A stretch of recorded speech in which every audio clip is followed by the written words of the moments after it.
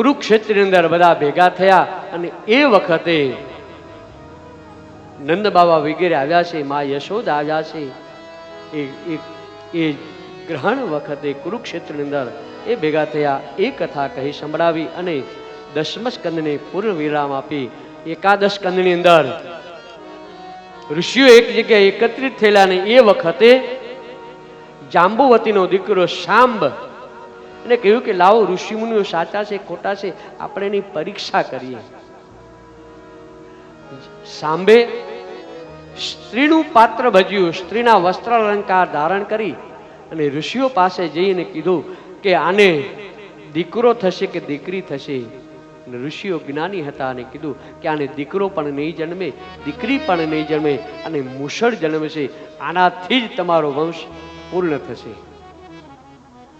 ભૂલ થઈ અને એ ભૂલ થઈ આવી અને ભગવાન કૃષ્ણને કહ્યું અને જ્યાં જે ગર્ભ અવસ્થા વાળું જે શરીર જે બનાવ્યું હતું એમાંથી મુસળ જન્મ્યું. ભગવાન કૃષ્ણએ કીધું કે આના એકદમ ચૂરે ચૂરા એકદમ કરી નાખો અને આ બધું જ સમુદ્રમાં ફેંકી દીધું. દાઉકને કહ્યું કે હવે દાઉદ પોતાના સારથીને કહ્યું કે હવે રથને તૈયાર કરો.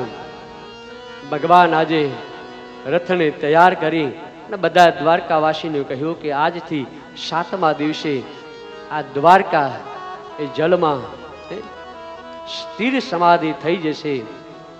ભગવાન આજે પોતાના રથને લઈ અને એ ભગવાન પ્રભાગ ક્ષેત્રની અંદર આવ્યા છે અને પ્રભાગ ક્ષેત્રની અંદર આવી અને પછી પોતાના સારથીને કહ્યું કે હવે તમે સારથી તમે તમારા ઘરે જાઓ. ભગવાને પોતાનું સ્વરૂપ એ ઉદ્ધવજીને આપ્યું અને ઉદ્ધવજીને કહ્યું આ ભાગવત ધર્મને તમે પ્રચાર કરજો. સ્વયં ભાગવત ભગવાન એમ કૃષ્ણ એમ કહે ભાગવત એ મારું વાંગમય સ્વરૂપ છે. આ બાજુ પારધી શિકાર કરવા માટે આવ્યો.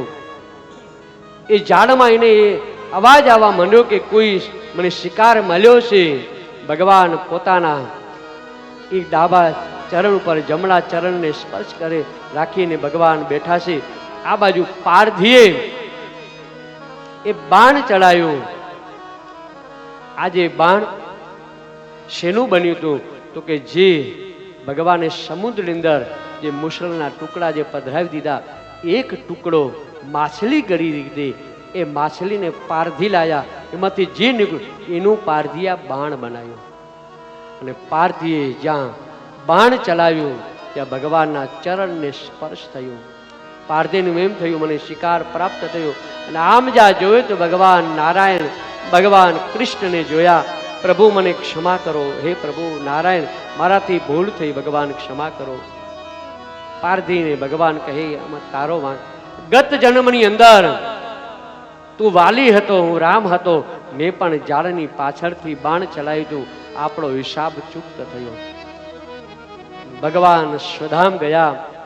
કહેવાય કે 11 વર્ષ અને 52 દિવસ સુધી ભગવાન ગોકુળમાં રહ્યા, 14 વર્ષ ભગવાન મથુરામાં રહ્યા અને 100 વર્ષ ભગવાન દ્વારકામાં રહ્યા. ભગવાન નારાયણ આ જગતમાં વધારે ને વધારે રહ્યા હોય ને તો આપણા ગુજરાતમાં રહ્યા છે. ટોટલ ભગવાન 125 વર્ષ સુધી ભગવાન આ પૃથ્વી પર રહ્યા અને ભગવાન સ્વધામ ગયા.